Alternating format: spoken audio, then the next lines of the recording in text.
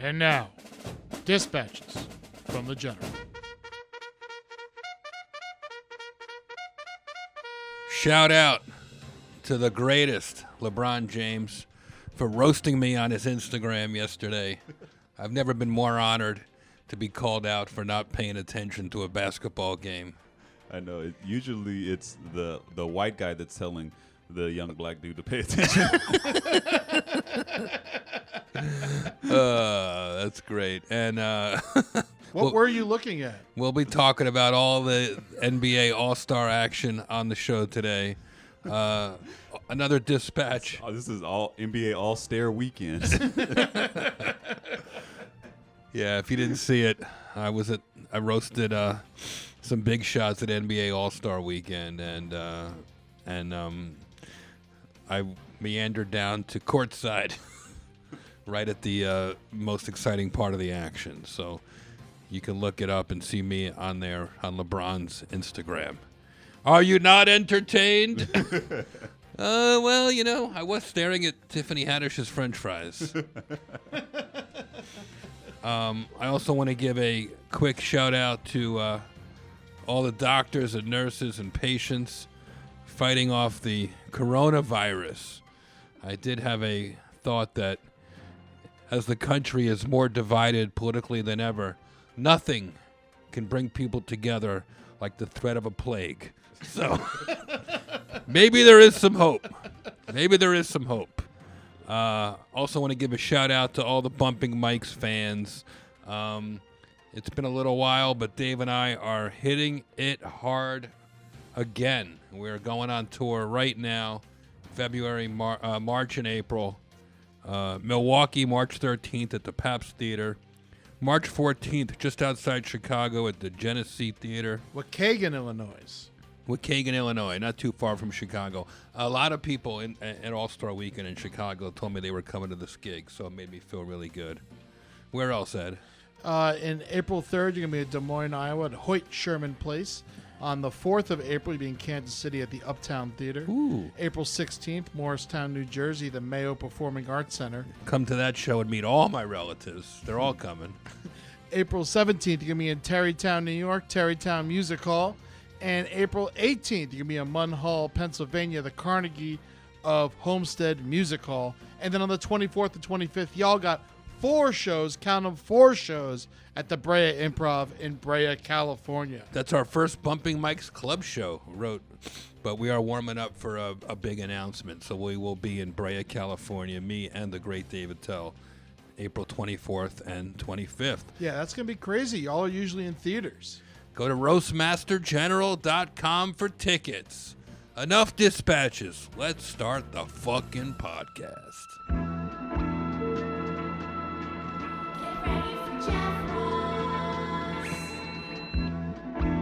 Get ready for Jeff Ross. Do you have thick skin? Let's all come together.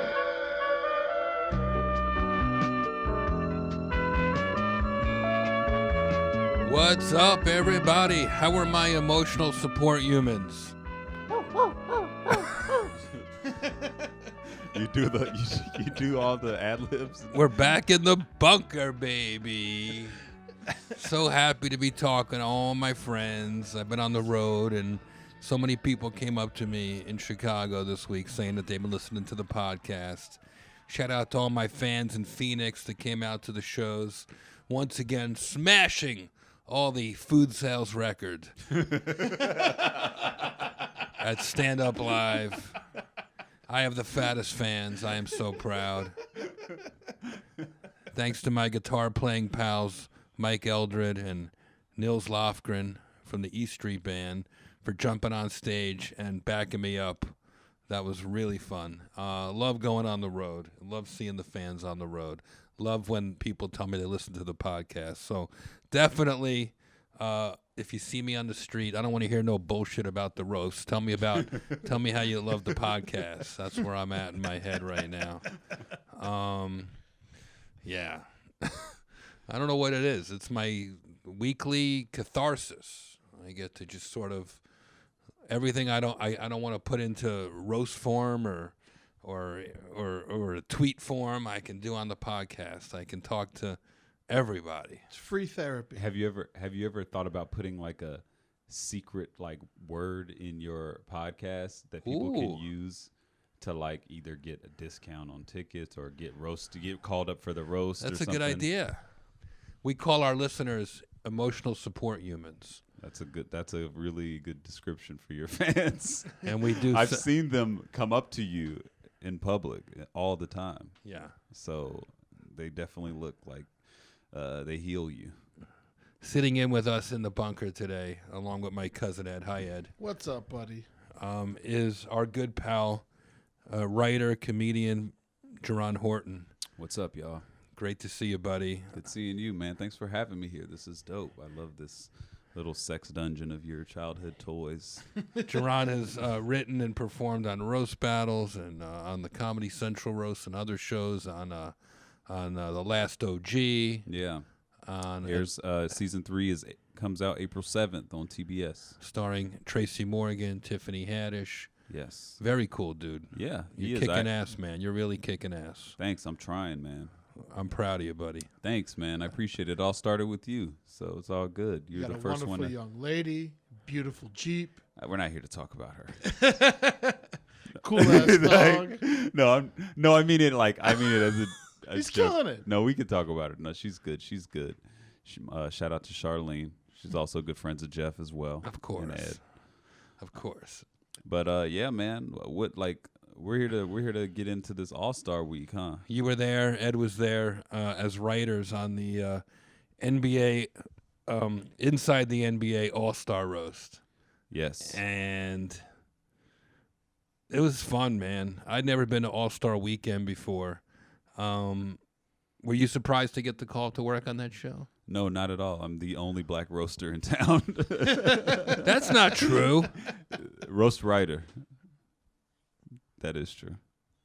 It is true, isn't it? I'm sure there's probably a few people who would agree with that. Name one more. There's David Lucas, Brian Moses. Roast writer. They don't write. They don't. Brian does, but Brian is doing his own thing. David doesn't write. They're riffers. They're riffers. You're a writer. Moses is a writer. David's a riffer, but David is a very fucking funny riffer. I love him. And we had fun, man. Chicago is a party town. It's a sports town. It's an event. I had no idea how major NBA All-Star Weekend is. Me either. That was the first one that I went to that I've actually like participated in. That town was crazy. It was. We checked out the Wiener Circle. Oh my God, that was amazing. Yeah, it was like the roast after the roast. Like People who don't know the Wiener Circle, you might have to explain to them. It's 2 a.m. Everything's closed. You want to get a hot dog or some French fries, you got to go. Yeah, you got to go somewhere, and I don't know. It's like on the north side or some shit like that. It's kind of close to Wrigley. But you get in there. It's like a little hot dog stand that's covered, and these black women that run the place, they just talk shit. They just like get you to your core. They're not just calling you fat and ugly. Like they were very descriptive of the insults that they were picking apart of people. It was just like people were coming in and out, like just starting shit with them. It was like a world star hip hop pop up. You know what I'm saying? Like you can go there. I walked in and they called me Freddy Krueger. No, she called you Brady Krueger. Really? Yes. Like that woman was killing it. She is the other black writer that I roast writer. And she's basically the cashier at this hot dog place. Yeah, and she's Poochie. going in, and if you give them $20, they do the chocolate milkshake where they Describe that. the chocolate milkshake. It's You order a chocolate milkshake, but there's no milkshake. it's no milkshake. Nothing It's you can drink. Nothing you can drink. It definitely looks liquid, but they take their shirts off and they shake their titties at you, and it's fucking crazy. You have to describe these women. This isn't a strip club. Yeah, no, it isn't. These are everything you think a fry cook it's a at a chicken hot strip dog club. place would look like. Yeah. It's a chicken strip club. It's Yeah, a lot so- of large black women in there, and like one black dude that's like I don't know. He's like the janitor. Like it's definitely a role reversal in there. Oh And no, yeah, he's their bitch for Yeah. sure. He for sure. definitely looks like he shits where he eats. yeah. So Chicago, it's like an insult-themed late-night food hang. Yeah. You just walk in and like, what the fuck you want? You know, it's the best. Yeah. There's that car that was like an abandoned accident car. Yeah. Just sitting outside. It felt like everything there was like a prop. You know what I'm saying? Like it definitely like there was a busted, like you're saying, busted car out front. The tow truck came and got it right around the time we left, and it was actually pretty clean too. Yeah, no, they do. I mean, they know that they have to be clean because physically clean, not mentally, but they have to be if they're gonna keep doing business the way they do business. They had a TV show for a short while. Really? Yeah. God damn, everybody's got a fucking show. Wow. Well, shout out to the ladies at the Wiener Circle for that amazing 2 a.m. show. It was funny. It was a great. What? Jeff wasn't patient. He said, "I remember you were like, hurry up! I got to get back to Elm Street." Yeah. Yeah, Jeff was wearing a plaid suit with a little Freddy Krueger hat on, so that's why. Yeah.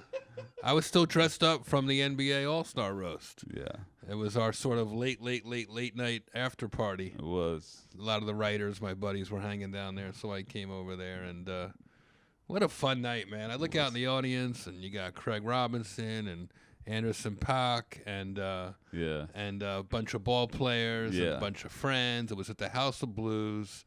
Tiffany Haddish, my friend, hosted it. JB Smoove was on the show. I've been begging this guy to do the roast forever. He crushed it. Like, I couldn't believe how good he was at it. He was so funny. I was crying, man. He told everybody, he's like, I'm proud of you. And then he would talk about all the reasons he was proud of that person while simultaneously insulting them. Yeah. Yeah, no, that was really fun. And I love JB, man. I've been asking him to do these roasts forever. I knew he'd be at least interesting, different. I like people that are just bring their own personality to it. And Yeah. He JB definitely did that. He did that. He did it like in the morning. We had to work with him in the writer's room to just like, it was like his stream of consciousness. He was like, and to put this, and to put that, and like he was just blurting out Right. and it just full stream of consciousness, just beginning, end. Yeah. Did you think it would work? Huh? Did you think it was going to work? Yeah, because of the way he sells it. Like he's funny on stage already, so like the way he like it was in his voice. Like that's all you really need the joke to do is to be in that person's voice, Right? And it'll work. Well, I love JB. I don't know. Here's a clip. Of course, Jeff Ross, the Roastmaster, is here, up in the building. Jeff, I am so proud. I know your real name. Come on, we go way back. I know his real given name. That's how far we go back. I ain't gonna expose you right now, though. I'm proud of you, man. Jeff, you made a career out of doing what normally gets most people their ass whooped. You know what I'm saying? And Jeff, you have been so successful as a roaster. Why don't you put on like an extra 20 or 30 pounds? Loosely wrap yourself in string, put a little rosemary on yourself. A little basting, drizzle a little garlic on yourself.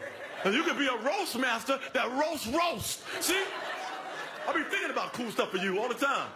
Got all that extra fat too, that string will go up there, you see that bowl's going over like that? Like a real pot roast. There was only one real bad bomb, and that was Gary Payton. And, I don't even think it was his fault because I thought the prompter kind of screwed him up a little bit. And he was trying, but I don't know that much about Gary Payton. What I do know is that he's a respected ball player. He's one of the greats. Yeah, he's a nine-time All-Star and a 2-time husband. I will say one thing you never want to do at a roast is wear wool and a turtleneck. Because when you bomb at a roast, it's a long ride home in a turtleneck. Oh, no. Gary Payton, after the roast, his ass was nowhere to be found. Nowhere to be found. No. And the funny shit is like, everyone's kicking it backstage afterwards. Everyone disperses, and then once everyone's dispersed, you just see Gary Payton like sneaking back in. Like we saw, remember right before we left? Yeah, he snuck back in and was like tried to walk all cool and shit. Like, nah, bruh. Yeah. Especially after he tried to blame the writers. Like, yeah, what was his line? They give me all the corny jokes. Yeah, I'm like, you tried to read them 3 times before the telecast. It's like, Why did you tell us they were corny then? Yeah, right. I hate that shit. Yeah. I don't know. He started I mean, strong. you know, I admire anybody who jumps in and says, "Let me try a roast." I've never done a roast, so. And you got to give credit, you know, Shaq, Charles Barkley, Kenny Smith, and Ernie Johnson were the honorees. You know, basically, right in the middle of All-Star Weekend, they sat for this roast. Yeah. And Jay Farrow was funny. He did some great impressions. And Lily Singh, who has a late night show on NBC. A little they both late. did great. A little late. A little late. Which also would describe her menstrual cycle after NBA All-Star Weekend because there were so many hot guys there. I was ovulating. It is definitely the gold digger Olympics. Not that she is, but there's a lot of hot, tall, Yeah. good-looking, rich men walking around. Yeah. People thought I was an NBA player. Did they? Yeah. Who'd they think you were? They were just every time I walked by, they would look at me or try to see who I was. And the room service, every time I ordered room service, the guy, different person would be like, "What team do you play for?"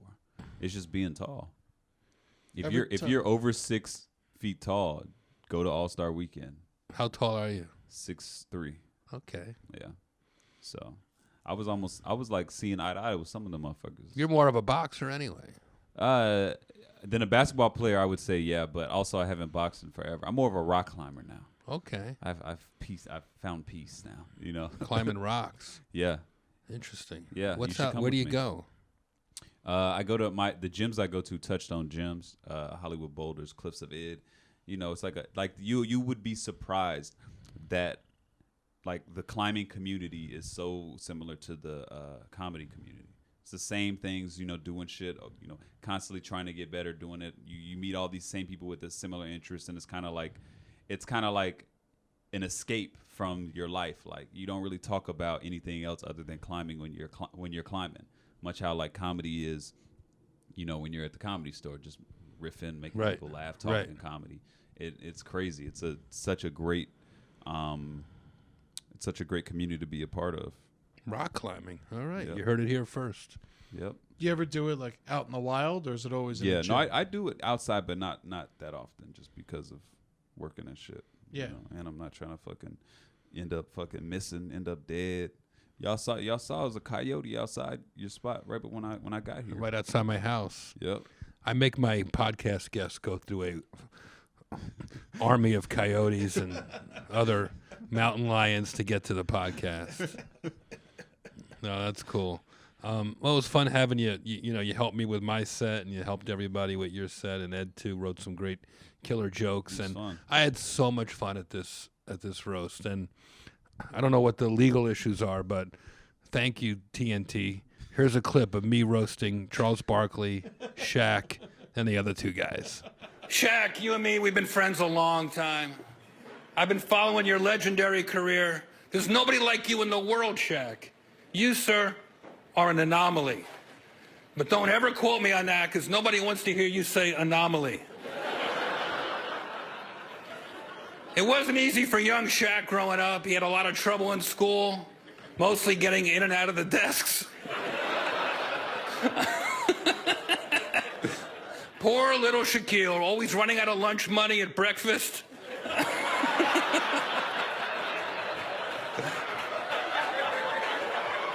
It was a tough childhood.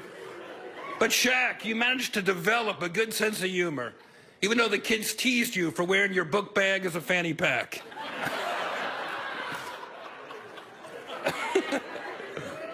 But it was on the playground where you became Shaq and discovered your true passion, men's gymnastics.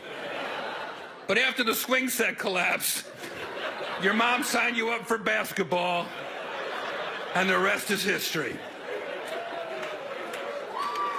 Face it, Shaq, you are gigantic.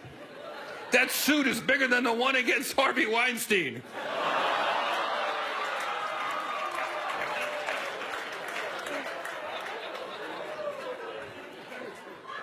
Mr. Barkley, I love you. How many Charles Barkley fans in here tonight?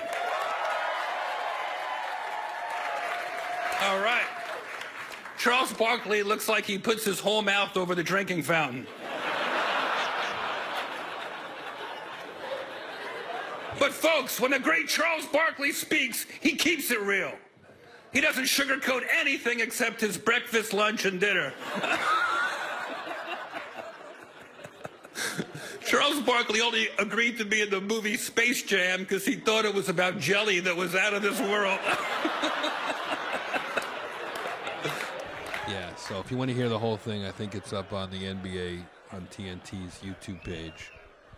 And they were pretty open about letting me kind of ripped away. They cut one joke at the end. I go, the shooting joke. I go, who's excited for All-Star Weekend? The crowd went crazy.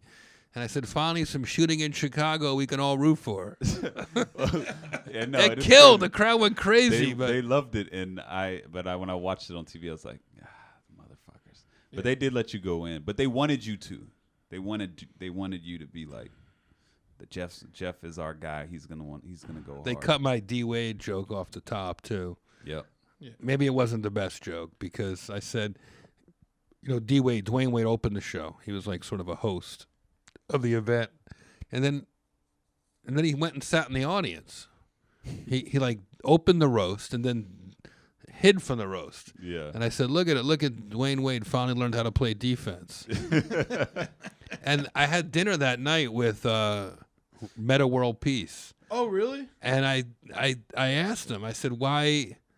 I told him that joke, and he was laughing at all my jokes, but then he kind of stone-faced me. He's like, what do you mean? You don't think Dwayne Wade played good defense? Like, so it wasn't a popular opinion. Yeah. Oh. Yeah, he was like, wait, yeah. No, there were just times that he didn't play good defense. But Another joke I didn't have the guts to do was Dwayne Wade is here. Thank you for starting out the roast. You've already put more effort into this roast than you did your entire season playing in Chicago. that was a good one. That one would have. That would have erupted the place, but Yeah. I might not be ever invited back to another NBA event. But he liked those jokes, like when Gary Payton hit him with played the Bulls for $47 million. Like, Yeah. he liked that joke. He was laughing. He was. Yeah. I wish I got to know him a little better. He seems like a cool guy. Yeah, he definitely did from what I saw people interacting with him. Yeah. Yeah, he seemed like a really cool He seemed guy. pretty cool. He's a god in Miami. Here's a few jokes I didn't do. People love Shaq so much they don't care that he's been on Inside the NBA for 9 years and no one's understood one word he said. Shaq endorses the medicated cream Icy Hot. Icy Hot. He actually named it. They tested out on him, and Icy Hot was the second thing he said after Fire Bad.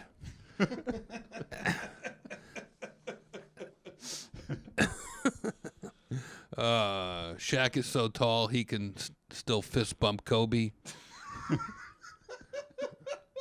I probably didn't need that one. Probably better I left that one out. Probably better I left that one out. Shaq's penis is so big it entered itself in the slam dunk contest.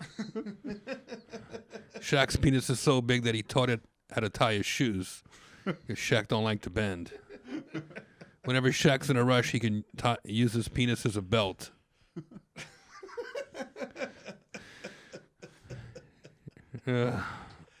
What can you say about Charles Barkley that hasn't already been said before? Let's start with smart. Yeah. I didn't even hear that one. That one was funny as hell. Did they cut this one? Charles Barkley's the only guy that Patrick Ewing says, "You ugly." I didn't know if they cut it or not. I love it. I don't think that one. I think that one was in there. I think that one was in there. I think so too. Little Wayne didn't show up. We waited and waited and waited, and he was late, and who knows what happened. But I feel like Little Wayne is prepared for the roast tonight because he wrote all his jokes on his face. Lil Wayne, I feel like you say all the parts of the words that Shaq leaves out. Charles Barkley, this is a good one they didn't use. Charles Barkley's first sneaker deal, you know that legendary story? Barkley was 19 years old, and he said to a guy, "Give me those sneakers or I'll fucking kill you."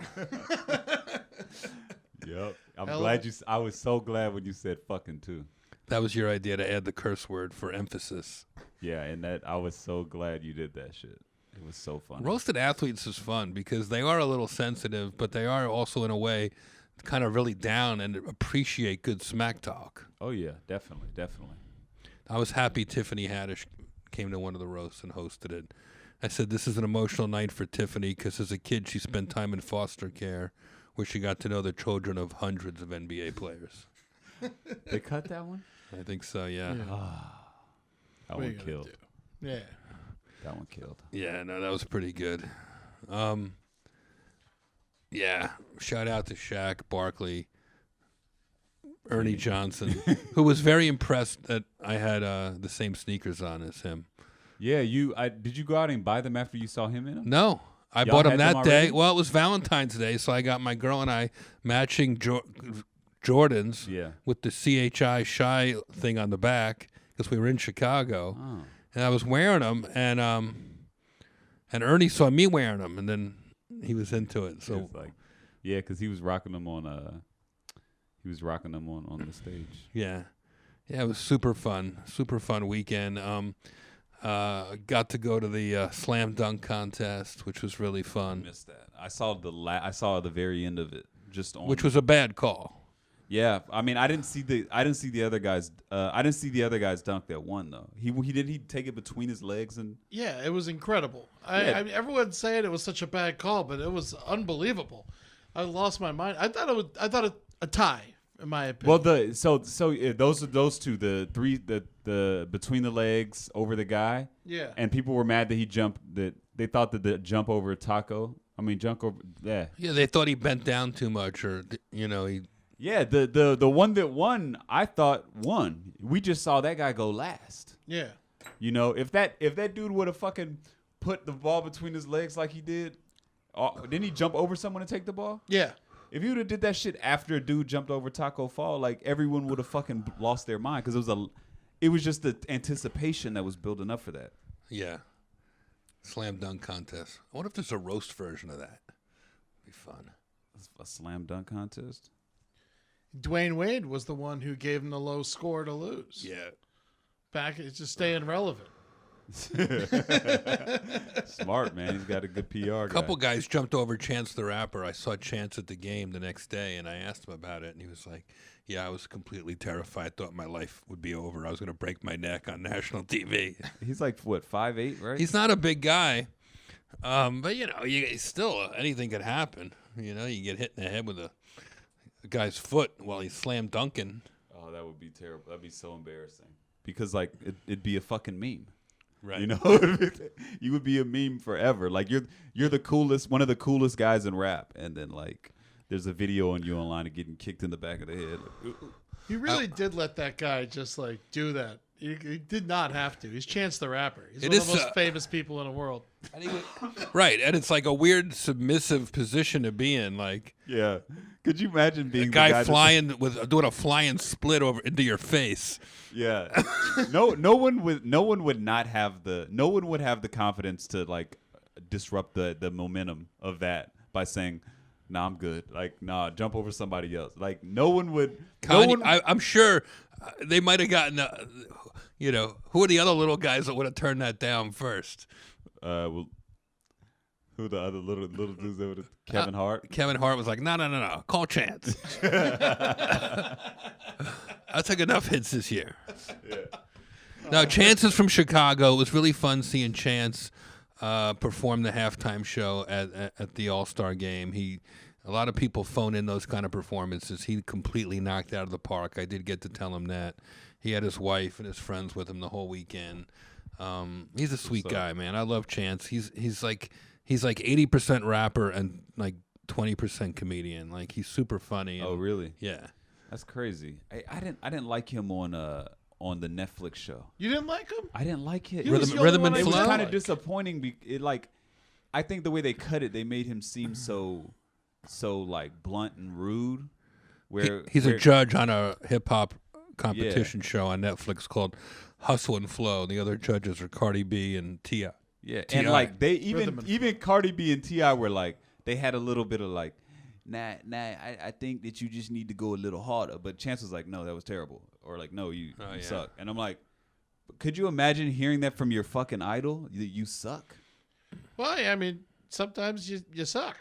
I know, but like Rhythm and do flow. you feel that Yeah. there's Jeff? Do you feel that there's a responsibility to like? I just like when Cardi was judging because you couldn't tell if she liked you or not. Yeah. I wasn't paying attention, but I like you. But I saw that thing you did. Look, She I'm was not getting even fucked up trying to the whole like time. fuck you on nothing, but you're going to the next level. Oh, Yeah. But it was fun seeing all the big stars coming out. And I also kind of like how all the hip hop people who normally dress kind of thuggish, they dress up for All-Star Weekend because the ball players wear suits and coats and nobody's ties. thuggish anymore, Jeff. I think this is just your first time seeing a rapper in like 20 years. But no one, I no feel one like- dresses thuggish anymore. Okay, that's good to know. Yeah, no. Basketball has definitely raised everyone's game. Well, they're following but they're following hip hop. Oh yeah. Hip hop culture. When the hip hop culture adopted high designer fashion, then that's where the ball players got it from. Allen Rappers Iverson dress like walked that. in wearing chains and Timberlands and a fur coat, Yeah. and he looked out of place. Yeah, but that was a long time ago. Yesterday, no, this weekend. Well, Allen Iverson's old. Right. It's like he's still living in his best years, Right. which were like the early 2000s. So Right. it makes sense. But No, it was fun seeing everybody shout dressed out up. to AI. Yeah, no, it was fun seeing everybody dressed up, and it made me want to dress up. I definitely dressed up all weekend. Yeah, man, you were looking sharp over there, looking like Al Calzone and shit. Chicago gangster, Al it was- Calzone. Hey, you looked good though. You looked fucking good. It was You fun. made me look like when I saw that I was like, now I want to see what I look like in a suit like that. Like I want to get a suit like that. I would kill for a plaid suit. That shit is dope as fuck. Yeah, plaid suits. Shout out to Roger, my stylist, Roger Forker, who definitely made me look like I belonged. So much so that I had the balls to order some French fries and walk from my seats in row 18 down courtside like a boss during the NBA Finals, fourth quarter. Oh, so now we know what you were looking at. The fucking security guard. There's been a lot of conspiracy theories about what I was looking at in the famous picture now. And if you haven't seen this picture, Migos Quavo, is that his name? Yeah. He sent it out, and LeBron then sent it out. This is the Yeah. most famous picture ever. It's like a modern-day Renaissance painting of You- two gladiators in the foreground, and then all the biggest hip-hop stars like screaming, watching, cheering on the very last play of the game. It's tie score in the fourth quarter, and my girlfriend's got her arm around me. She's screaming. She's like craning her neck to see the court, and then you just see me looking in the opposite direction. You know, You having deja vu. there's theories that my girlfriend said I was staring at Tiffany Haddish's French fries across the court. I really think I was worried about traffic. Like, how are we going to get out of here? I was really worried about traffic. 'Cause already. I don't really know my way around the United Center. I didn't want to get caught in an Uber Lyft line for an hour with. I couldn't walk around there because the roast was on the night before. So all the fans saw it. Oh yeah. So everywhere I went, I was just mobbed for selfies and hugs. And Oh, so that's fucking dope. at a certain point, I feel like I just wanted to get out of the crowd, and I just walked towards the action. Yeah.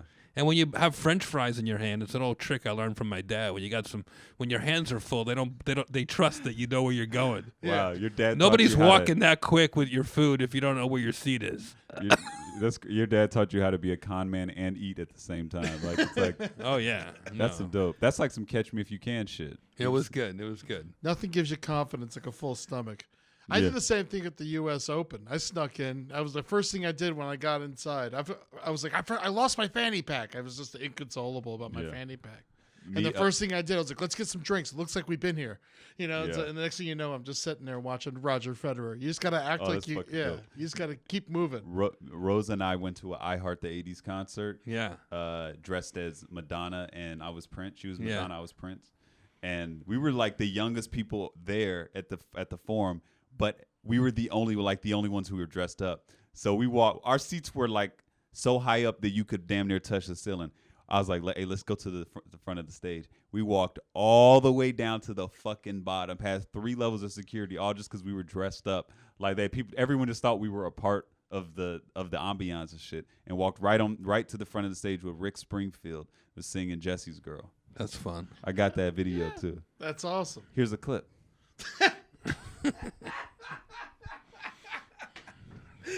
Great. Good for you, bud. Is that great? Well, I don't know if there's any other good all-star stories, but You should. I was gonna say you should get that picture, like blown up. yeah. Yeah, you should get it. Should I write to the photographer because I have seen the photo credit? And by the way, the tweets, if you search this, like there's literally 10,000 mentions of people trying to figure out what was wrong with me, how I got those seats, what I was doing. It looks like and a why scene out of But Jeff- a lot of them are giving me props for not being on my phone. Everyone's got their phone filming the game, and I'm just kind of living in the moment. Yeah, you could not pay attention in real life. Yeah. Yeah, so. I want to see this shit. And by the way, then when LeBron tweeted it the next day, the picture out on Instagram actually, and he wrote, "Man in the arena, are you not entertained?" And then my phone started blowing up going, "LeBron's calling you out, Jeff." That's so funny. So I don't know if that was meant for me. I guess for the joke to work, it's got to be meant for me on some level. Yeah, no, definitely. I mean, here it is. Looks like you were really into the game. Yeah. Oh no. I mean, there's so many. Oh God. Look. Local Black History Month advocate. Jeff Ross. Somebody tweeted. Yeah. Jeff Ross off the perk. What's that mean off the perk? They said you're high as fuck on pills. This is my favorite thing about this photo. This photo's legendary. LOL, Jeff Ross. Oh, wait, hold on. What's this one say? Oh no, that's LOL, different. Jeff Ross. Oh yeah, everybody's blowing up my face, like doing the triple image. Yeah. Fuck. Oh yeah, no. All you got to do is look at these. Look at these. Oh, this is a funny me using Jeff Ross's fat jokes on Monday, like I came up with them. Jeff Ross, really the goat, really the roast goat. Yeah, that's nice. You were getting love too. No, well, the best part was that the fans had seen.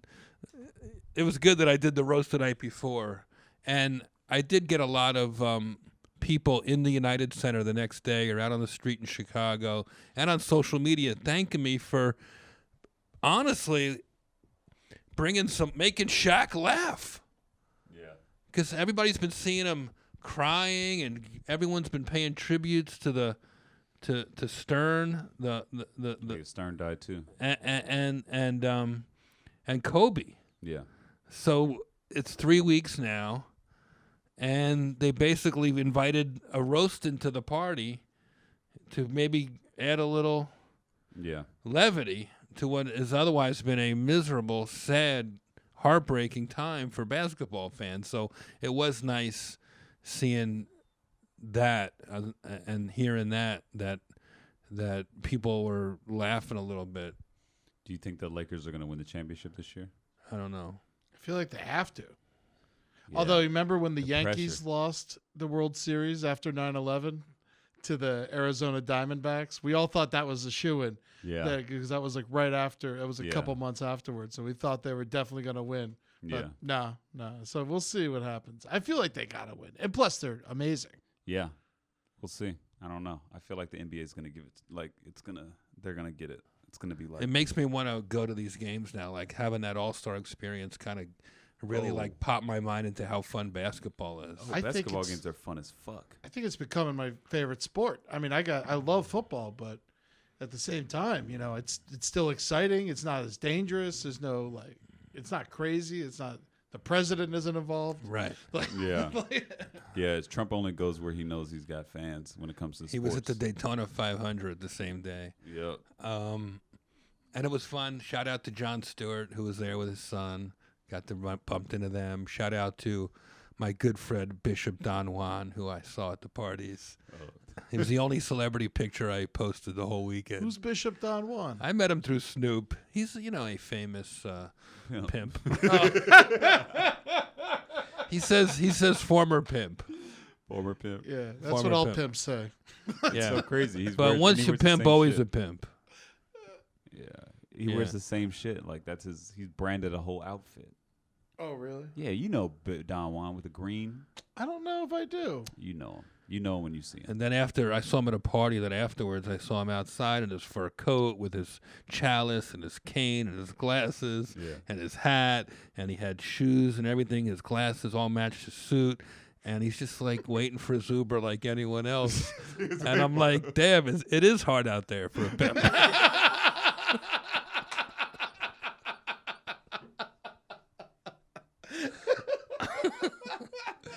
So shout out Bishop Don Juan. Very, very fun guy to talk to.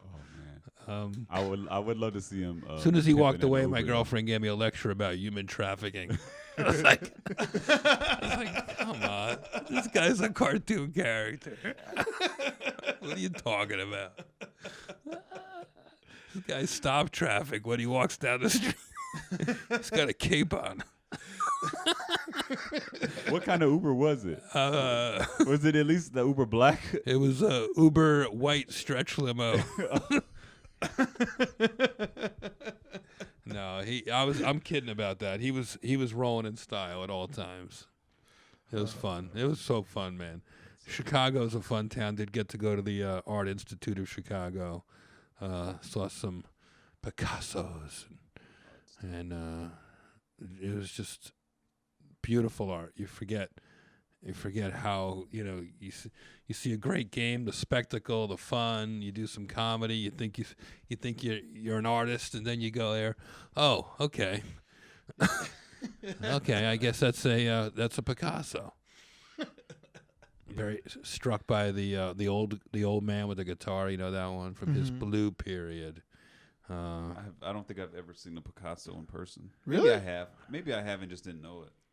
But You would know it. I just got. You would I know just it. got into. You would know it. You would looking at know it. art. You would know it because there'd be fuss and security and Oh yeah. yeah, Art Institute of Chicago, very cool place. All right, Ed. Should we do a quick birthday shout out? Yeah, if you want to do a quick birthday shout out, we got a couple this week, and we got some listener mail. And I didn't throw this at you, but the special congratulations is in order. All right. Congrats to Neil Young, who is now legally rocking in the free world. 54 years of trying, he is now an American. I Pretty think cool. that's amazing. Neil Young. I love that motherfucker. He's always been an American to me. I know he's Canadian, but I always I don't know. To me, he was always. Why did he wait so long? I don't know. All right, well, I guess it's time to finally vote. That's for damn sure. maybe that's part of it. Congratulations, Neil Young. Happy birthday to Yoko Ono, 87 years old. Never met her. We saw her walk by in front of us while we were eating chicken one time. We did? Yeah, we were at Eva's Chicken in the West Village, and she just walked by, and I remember you were like on the phone. You just took the phone down. You go, Yoko Ono, and you just pointed like right at us. Like, Really? It was clearly Yoko Ono with someone walking. I vaguely remember that, but then I think we got a closer look, and it was Gilbert Gottfried.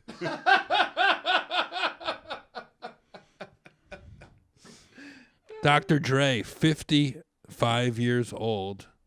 Shout out to a great artist, Dr. Dre, 55 years old. Don't know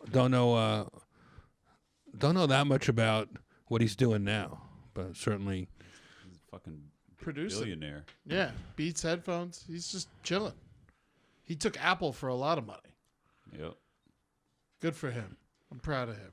how much do you think he makes off each headphone? Fuck. I mean, who knows? Like per he ear. actually sold. He sold it. Yeah, he sold the whole He company to sold Apple. it to Apple. Oh yeah, Yeah. good So move. Yeah. All right, well, Shout out to him. Dr. Dre, not even a real doctor. Not even a real doctor. Imagine if he was a real doctor, how well he would be doing. I mean, he would be Ken Jeong. Oh my God! So he sold it for $3 billion. with him and his partner Jimmy Levine. Iovine, yeah. $2.6 billion in cash and $400 million in stocks. Damn. So he's probably just having a great old time doing nothing. Wow. Happy birthday, Dr. Dre. 55 years old. Fucking killing it. Mm. Jeff, we got some interesting listener mail. Can I tell you about it? Yeah. Greg's got a warning for us. Uh-huh. It was titled Esh Alert with stars all in caps. He's worried about our... Who is this? This is Greg. Greg is our listener mail. Okay. He says that that we are in trouble because Eshes is a derogatory Armenian term. And it's and if you call an Armenian an Esh, you're calling him a donkey. So if I say, shout out to our listeners, the emotional support humans, That's fine. but then I shorten it by saying Esh, I am insulting Armenians? Here's what he said. You may have already been alerted by one of your other listeners, but I thought you should. How many know. Armenian listeners do we have? I'm very surprised we got one. You should know that the acronym ESH has a derogatory meaning in the Armenian language. It is one of the worst insults. It means donkey. I don't know why donkey is the worst insult, because plenty of worse things to be called than a donkey. Like Armenian. So be careful while using that one in public, especially around Glendale and Fresno. Unless you want 10,000, unless you want 10 fucking Beamers outside. Yeah. You smell a bunch of cologne samples. All right. We don't want to start an uprising. He says he laughed out loud the first time Jeff used it on the podcast. He was born and raised in the USA, but my brother and I would call each other Eshes all the time. And their parents told them it was one of the worst insults. Thank you for the podcast, Greg. He also linked to a Reddit thread where people are like, don't ever call me an Esh. Oh, really? Wow. All right, well, apologies to any Armenians that are insulted. Shout out to Greg for alerting us to this, what I can only see as a good thing. I'm going to double down on the Esh just for the press. For the precious. Yeah. So, shout out to all my Eshes. Life is hard, but don't worry. We are getting through it together. Ed Larson, Jeff Ross, Thick Skin, and our guest is my pal, writer, comedian, Jerron Horton. Ed has prepared some touchy subjects. So let's do it. It's time for Touchy Subjects. Touchy subjects. Our first touchy subject is Trump. He is on a pardoning spree. He's pardoned all kinds of people today. The most famous You of talking about President Trump? President Donald Trump. Okay, well, Which when you other say his Trump name, are you- when you say his name, put some fucking respect on it. Trump. Oh man! So he pardoned the most famous is Governor Rod Blagojevich, who tried to sell Obama's Senate seat famously, and he got Right. in trouble, and he got locked up for a while. And Trump pardoned him today, and he pardoned a lot of people. He pardoned Bernard Kerik, who's the former New York Police Department commissioner who hailed alongside Giuliani. Bernie Kerik, he's a legend in New York. Yeah, he pardoned him. He made up like a fake apartment or something during 9/11. He used some 9/11 funds to finance like a place that he can like Keep hang. his side chicks. Yeah, and so he was Giuliani's driver while he was mayor, and then early in his career, and worked up to being the head cop in New York. So Bernie Kerik was a very, very controversial and well-known figure in New York. Yeah. The government is just straight up a mob. Yeah, well, what's interesting about this is it's not like Trump let him out of jail. He's already served his time. He's just wiping his record clean. Yes. Right. Why? So he can get a job somewhere at fucking Applebee's? Or Yeah, something? no. What the fuck? Why did he's a politician? That is part of it. It's like this guy can go back into consulting, security, He can hire him. because he can now say, I'm not a felon, that was a mistake, and the president says I'm cool. But- It's very, very high-end political favor. Yeah. Edward De Bartolo For Jr. Giuliani, really. Because that's him and Bernie Kerik were inseparable when When you were out there. Yeah. That's crazy as fuck. The thing about Giuliani that I always like, every time I get like furious about him or anything, I remember that he stopped the mob. He was like, he famously like locked up Gotti, you know. So it's he did. yeah, when he was the police commissioner of New York City, he went crazy on the mob and he fucked them up.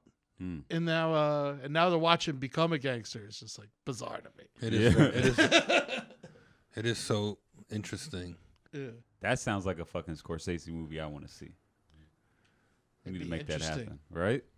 I mean, that's all New York, right? That's his whole style, but he never really writes about the cops. Scorsese like never makes movies about like, you know, the other side of the law. It's always like the gangsters, you know. But like watching him, like that's a character arc I want to see. Yeah. Is like Giuliani, because I didn't know that. I didn't know Giuliani was a police chief. And Well, it'd have to be part of a Trump movie, right? What? Trump did the same thing, right? He went from like happy-go-lucky movie cameos, celebrity reality show host to like Darth Vader, like interplanetary. No, but I mean like doing like no. Eric, we tired of seeing Trump. We've been seeing him every day for the past 4 years. It would be interesting to watch a man who was a clear hero Yeah, multiple times in New York City. It just become the villain. not even the villain, also like the butt of the joke. Yeah. Like at the same time, it's really crazy. Have y'all seen the movie The King on Netflix? No, That is it good? that to me describes Giuliani. Like it mirrors it without giving too much away. That movie is the shit. You should watch that. I will check that Timothy out. Chalamet. Shout out to Timothy. I know he listens to this shit. I hope so. Other people he took care of, Edward De Bartolo Jr., former owner of the San Francisco 49ers, Right. was filmed $1 million part of a gambling fraud case in Louisiana in the 1990s. He testified A football team owner. former football team owner. And Michael Milken, former financier known as the Junk Bond King, Right. took care of him. Ariel Friedler, founder and chief executive officer of Arlington, Virginia-based software company, pleaded guilty in 2014 and served 2 months in prison for conspiracy to hack the computer systems of two competitors. Oh, a computer hacker. Interesting. This He sounds parted- like super villains. These are fucking super villains. is This all guy is a hero. This is re-election team. Wow. Wow. Oh my god. He got to get that Space Force going though. Yeah, Paul Pogue, the owner of a Texas construction company. It's like Suicide Squad. Paul Pogue owned a Texas construction company that he's sentenced to 3 years in prison in 2010 for filing false federal tax returns. Oh man, these are all like people who just do what he does. He's like, I don't see nothing wrong with this. See, he got out. Like, why are you guys trying to put me in? Oh man! But at the same time, you know, we asked for this. You know, with the First Step Act and stuff like that, we wanted him to start letting people. Well, out. he tacked in, you know. We wanted him to let black people out. Yeah. What are you talking about? He did commute the sentences of 3. They wanted 4, but 3 non-famous people. Lawyer Jessica Jackson, who represents them, and cut 50. Van Jones and Jessica Jackson, they have this thing that advocates for nonviolent drug offenders. Okay. So Jessica tweeted, "Welcome home, Judith, Crystal, Tynice, and Rod. Congrats to all the advocates who made this happen. A huge thank you to Donald Trump for recognizing the hard work these 4 have done to turn their lives around. Hashtag clemency." Crystal Munoz was one of them. She served 15 years for selling weed. You know, she's got 2 kids. 15 years she hasn't hung out with them. So I know this troubles a lot of people because Donald Trump, they get credit for doing something really nice for black people. But if you're in jail for selling weed for 15 years, you don't give a fuck who the president is. You just want to get out of jail. So I got to give a lot of credit to Cut 50, Jessica Van, because this is like life-saving shit that they tack on to these celebrity pardons. It doesn't get a lot of press. It's how they all kind of get away with all this, is like making it also mercy too for some people. But it's complicated, but it's really is like a great day for some people who one by one can come out of jail after decades for doing some non-violent crime, like selling weed or something. And then now those people can like have a life again. They can have kids, and then their kids can grow up in a terrible climate that Trump is also letting happen. Right. Yeah. So it's like a lot of people say, you know, why do anything bipartisan right now? But this is the one thing where I think it's great that liberals and conservatives can go, yeah, these people didn't do anything violent. Let's let them out of jail. They've changed their life. They got to get back into things. I signed a petition at the request of this group, Cut 50. So I did advocate for this. All right, shout out to Cut 50, whose hard work and lobbying the Trump administration got some people granted clemency today. So there's 4 more free people in the world. Shout out to them. And Van Jones and Lewis Reed and Jessica Jackson, who do so many great things for people. hell yeah. All right. I signed that shit too. Good for you, Jerron. Hey, I signed a petition that goes to the White House because if there's some B celebrities on there, Trump's more likely to go, oh, this is going to be a great law. So, Like Jeff Ross, Flavor Flav. yeah. Yeah. But that's my attempt at bipartisanship and doing something good. All right. Our next touchy subject's a little bit lighter. I want to get your guys' opinion on this. I have mixed feelings personally. Delta CEO Ed Baystain says he doesn't recline his seat, but for those who do, it's proper to ask first. This is coming from the CEO of Delta. What is your guys? How do you feel about that? Do you recline your seat? So I always recline my seat. I don't ask. I haven't thought about this, but I instinctively just do what I want. You're the barefoot guy. Could you imagine, like, who goes, hey, do you mind if I recline my, like, I'm like, don't talk to me. Get the fuck out. Like, I'd rather just have them do what they want than have to, like, talk to them. Yeah. So I am, and the other day I had a seat that didn't recline, and that is a real bummer. So when you can get a reclining seat, I'm team recline. Where were you on On a this. Spirit? You took a Spirit flight? I did have to take a shady flight not too long ago. It was like a last minute thing. I don't know. And, you know, I go to a lot of events where it's hard to get a flight. Think Jeff had on all his clothes at once and shit. You know, Yeah. don't let you bring no damn. Spirit Air, 7 carry-ons. They let you have 7 carry-ons. Yeah. Yeah, you're in 13C. There's extra leg room and a gun rack. Spirit Airlines. I go from point A to point. Go fuck yourself. Yeah, I can't imagine asking permission to recline. Yeah, Oh. no, I never do. But Do it's you just part of the recline? game. It's like what you give is what you get. So it's like if you're a dick to the person behind you, it's just always naturally is going to come back around, and the person in front of you is going to be. You know what I do is I put my arm on the right armrest and my leg on the left armrest. And I take up both armrests. Dude, this guy. I request the middle seat because I'm a people person. Is there anybody? I would love to ask people if there's anyone who's ever requested the middle seat. Like, that's the person you got to watch out for.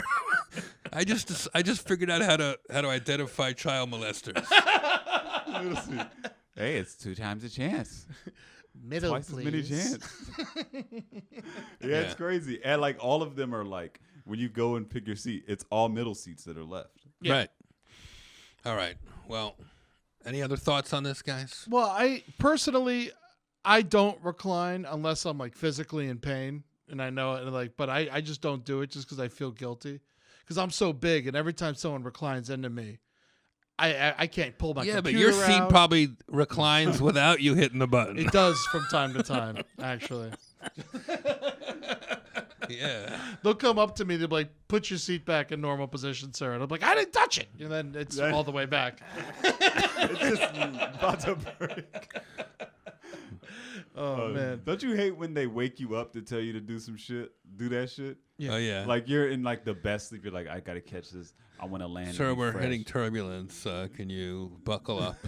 It's like, dude, it's good. It's I'm not good. going to save my life. I promise you, if this plane crashes, me wearing a belt is not going to change me not wearing a belt. Oh, man. At least I didn't die cranky. I was wearing my face mask, like my my coronavirus mask on the planes out Yeah. there.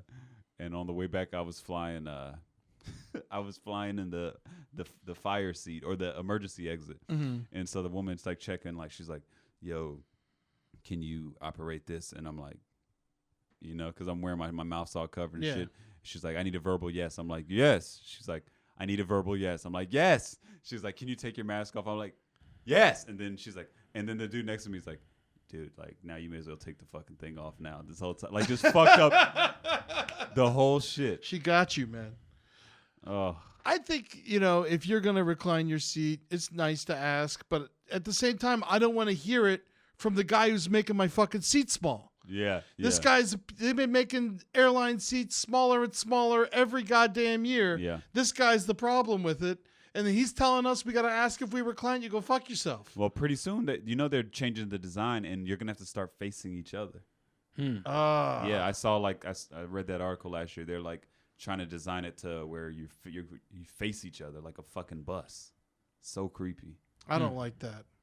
I don't That's like my like- knees will touch their knees, and every time I gotta bend down because I dropped my pen, I gotta put my head in some poor woman's lap. Well, Nobody wants this. Well, I don't want to feel like I'm going to war. Like that.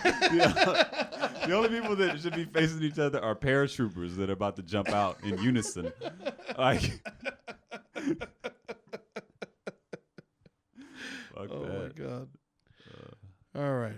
What's Well, next? don't tell our boy Don Juan this. Man accused of trying to pay for prostitute with a hamburger. Not even a cheeseburger. What? This is coming from Tried to pay for a hooker with a hamburger? That's right. This is coming out of New Mexico. I'm going to write this as a country song. Oh, Well God. done with onions. I don't know. That title just made me think of Lunel. It just made me think like Lunel just. The popped. time I tried to pay for a hooker with a hamburger, Yeah. this man offered me a double.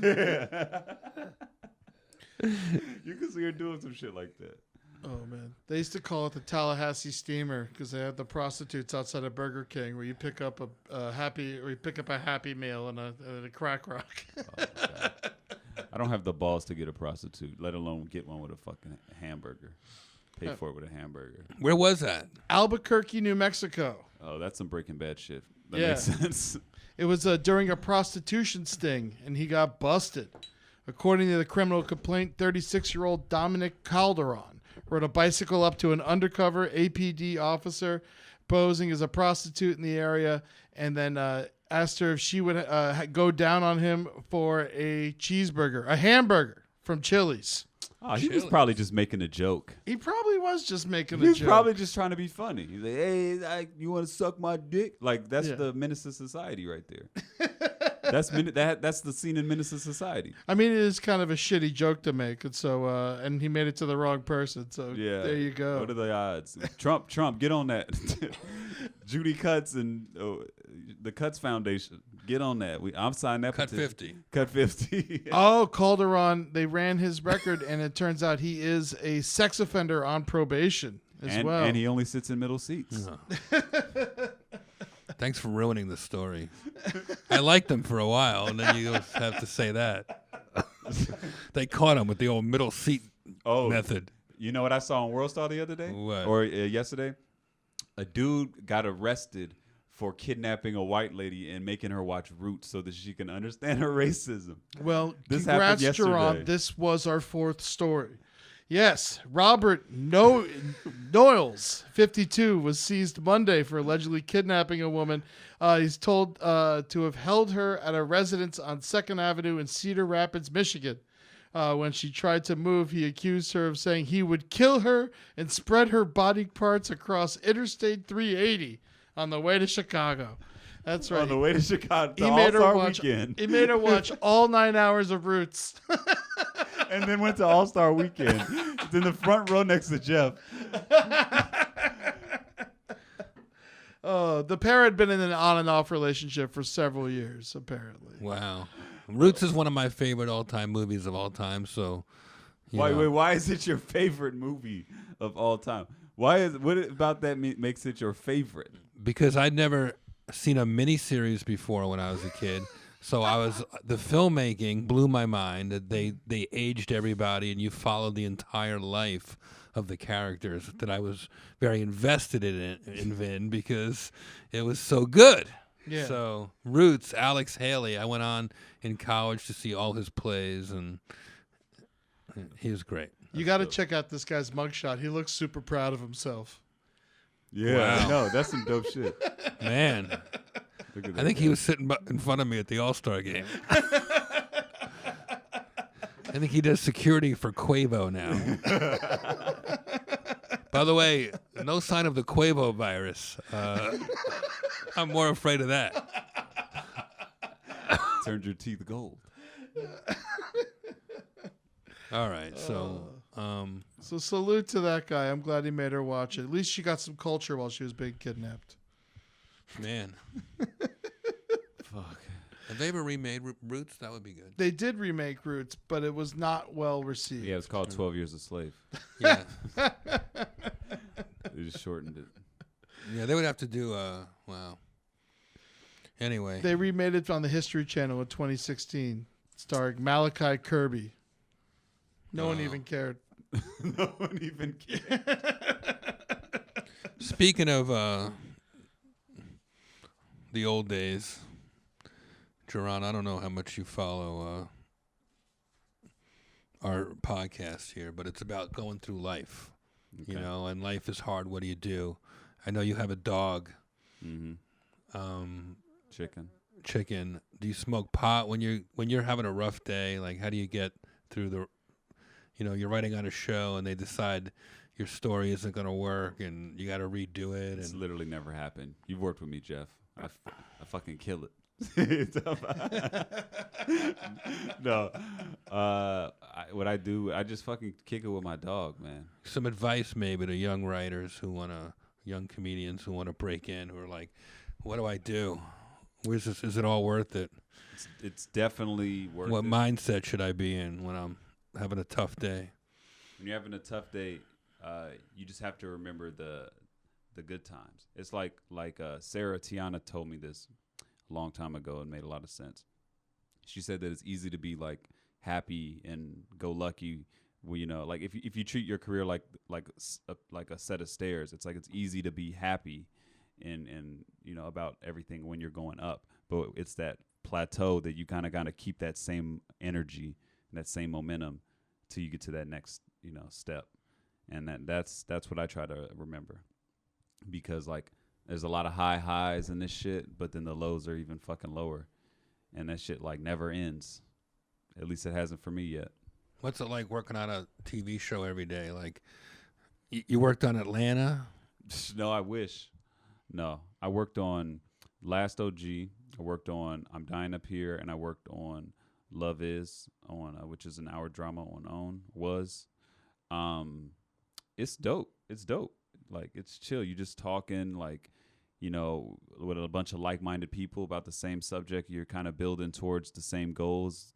You know, working as a team. Like, you know, being a former athlete, like that shit is like, you know, I love being able to tap into that, because a lot of comedy is very solo. Like, sure, you got a lot of friends, but at the end of the day, it's like a solo thing that you can make you better. So it feels good to like be in a writer's room where you get to learn from other people. Love that. That's great, bud. Congrats on everything. Thank you. I think it brings us to the most emotional part of our show. It's time for Roast in Peace.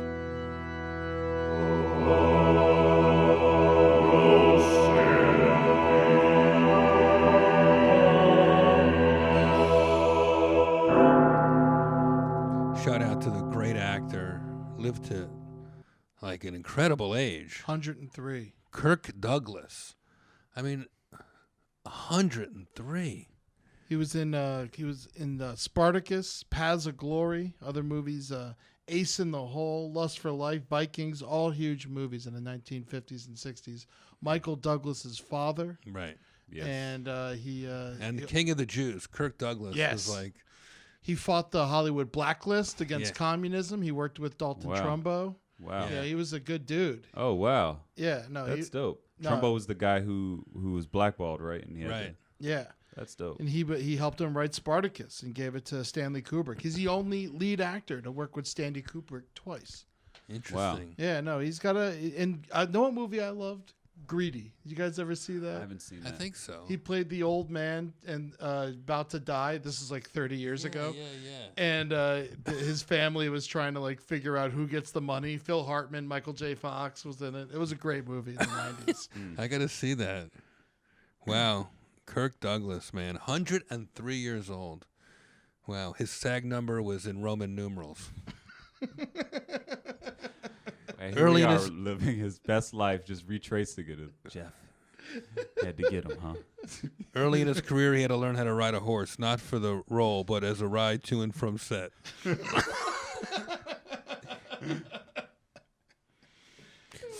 Kirk Douglas, great movie. He played Spartacus. I am Spartacus, a slave, a gladiator that led an uprising against the Roman Empire. It was kind of like Roots, but with more spaghetti. It was like Roots, but you win in the end. Yeah. Well, they lost. Yeah.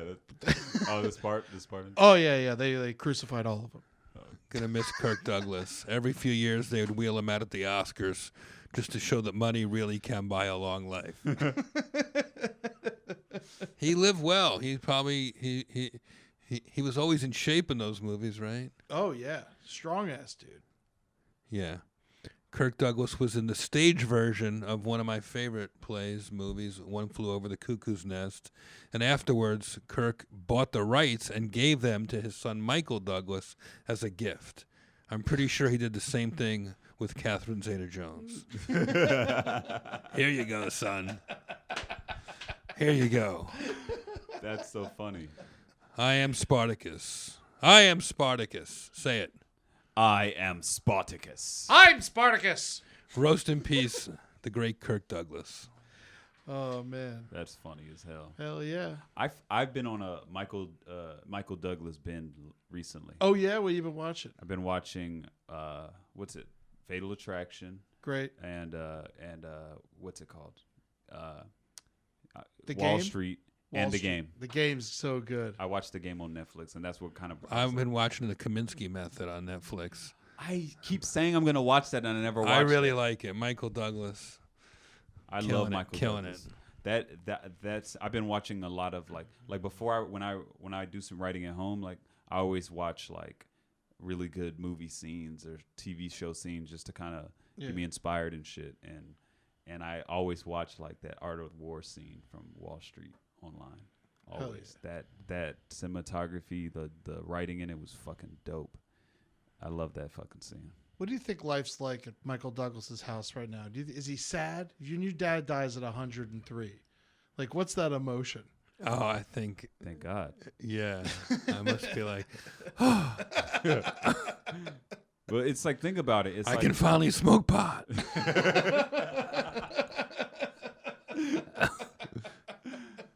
That's so crazy. Having to worry about someone for 105 years. Damn.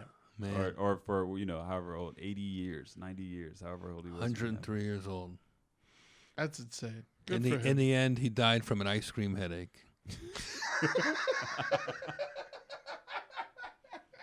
Brain freeze. Brain freeze. All right. All right. Well, How funny would it be if like he died in like a tragic accident though, like car accident? Like how crazy is that? That like Oh, yeah. 103 just die. Like you think they're gonna go peacefully at 103, and it's like no, he got mangled. No, he hit a tree skiing.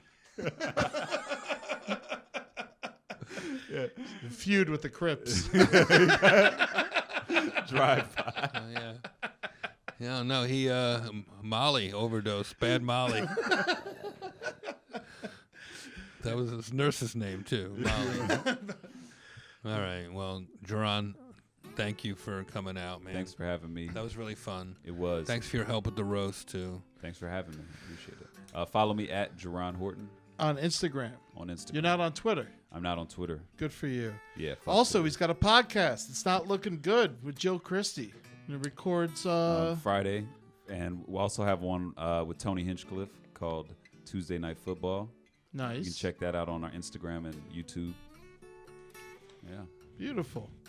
And Jeff's got some shows coming up. Bumping Mics, Hitting the Road. Also, don't forget you can buy your Bumping Mics vinyl on Amazon. But he's got a hell of a lot of tour going on. With Milwaukee, Yes. Illinois, outside Chicago at the Genesee Theater With Kagan. with Kagan. Yeah, the Pabst Theater in Milwaukee. We're coming to Des Moines, Iowa in April. Kansas City, Jersey, baby. Morristown. I can't believe there's a nice theater in Morristown. I Well, grew you up haven't so seen it close yet. to there. No, it says Mayo Performing Arts Center, and We know how much you love Mayo. Yeah. I hope people come out to that because that's gonna be like killer, man. Yeah. Performing in Jersey, and I think we're gonna be at the Borgata in August. I don't see that on here, but Tarrytown Music Hall. I can't believe we're doing all these gigs. David telling me Bumping Mics. We're gonna be in Pennsylvania, Hall, whatever the fuck. Munn Hall, April 18th. Carnegie of Homestead Music Hall. Sounds fancy. It does sound fancy. Shit. Except for Munhall. Munhall. And I'm tired just reading this shit, man. I don't know if I could do all these. 4 shows in Brea, California. That's April 24th and 25th. Y'all are doing 2 shows a night. Go see those shows if you haven't gotten those shows. You're not going to see Jeff and Dave in such a small club. It's going to be really awesome. You can go to roastmaster.com for all things Jeff Ross, tickets to those shows, and your emotional support human Esh t-shirt. Go check it out. Get it there. You can also get I'm Offended by People Who Are Always Offended, baseball tees, and mugs. Keep an eye on the calendar. More dates are coming. If you want Jeff to wish your loved one a happy go fuck yourself, you go to cameo.com and look up Jeff, and Jeff will do a cameo for anyone you want. You can please rate and review our show on iTunes, Spotify, YouTube. Leave us a comment. We love reading those, negative or good. Email us at thickskinwithjeffross@gmail.com, and we might read your comment on the air. Twitter, we're at thickskincast. Instagram, Thickskin with Jeff Ross. Real Jeffrey Ross on Twitter and Instagram. I'm at EddieTunes _ on Twitter, EddieTunes Instagram. And you can check out my other podcast, The Brighter Side, exclusively on Spotify with the Last Podcast Network. Cool. That's it, baby. That's what I'm gonna get you for your birthday. What's that? Is a cameo of you wishing yourself happy birthday. I like it. They're really fun to do. Yeah. I met the guy who started it. Yeah, he was at the roast, the NBA roast. No, I didn't meet him there. I met met him with Brian Callen. Oh. Yeah, it's like this Indian looking or Persian looking dude. He was cool. Hell of an idea. Started in Chicago. They had a big party over the weekend. Yeah. You know, Paulie was telling us he made so much fucking money off of the thing. Gilbert Gottfried doesn't have to go on the road if he doesn't want to anymore. He makes so much money making those fucking cameos. This thing's going to save his life. I hardly make anything. Mine are too complicated. I have to roast people. Yeah, It's a lot of work. They give you a bunch of homework for yours. Yeah. I charge. That's why I charge a lot. So if you don't want to make one, I understand. But if you really want one, I'll make it for you. That's the hustle right there. What's that? The cameo. You should get on there right now. Announce your cameos. Nobody don't you think people want to cameo me? Maybe they will if you make them funny. I guess you're right. Tell people you're a basketball player.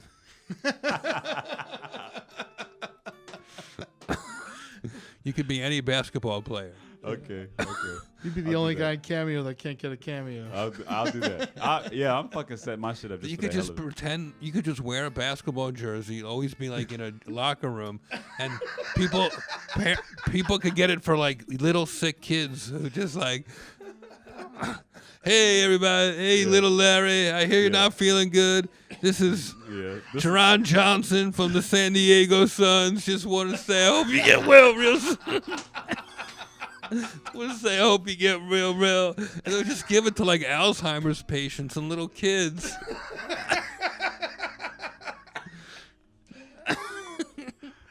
All right, little boy, hang in there. Could you imagine that? Like getting one for an Alzheimer's patient, and it just like You could give it to him every day. Just the happiness that you can bring. Oh my god. Oh god. All right, well, thanks for listening to the podcast, folks. Thanks, gentlemen. Don't worry, folks. We're all in this together. Bye.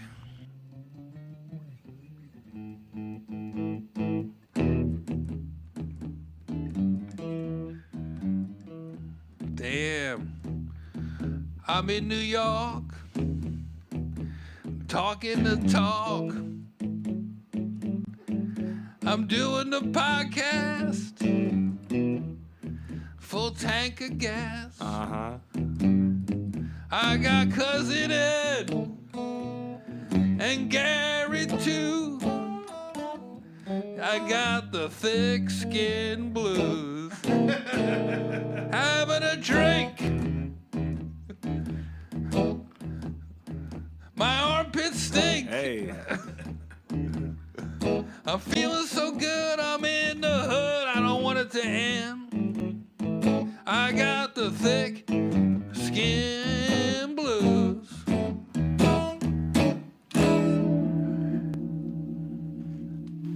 Thick skin blues. Blues.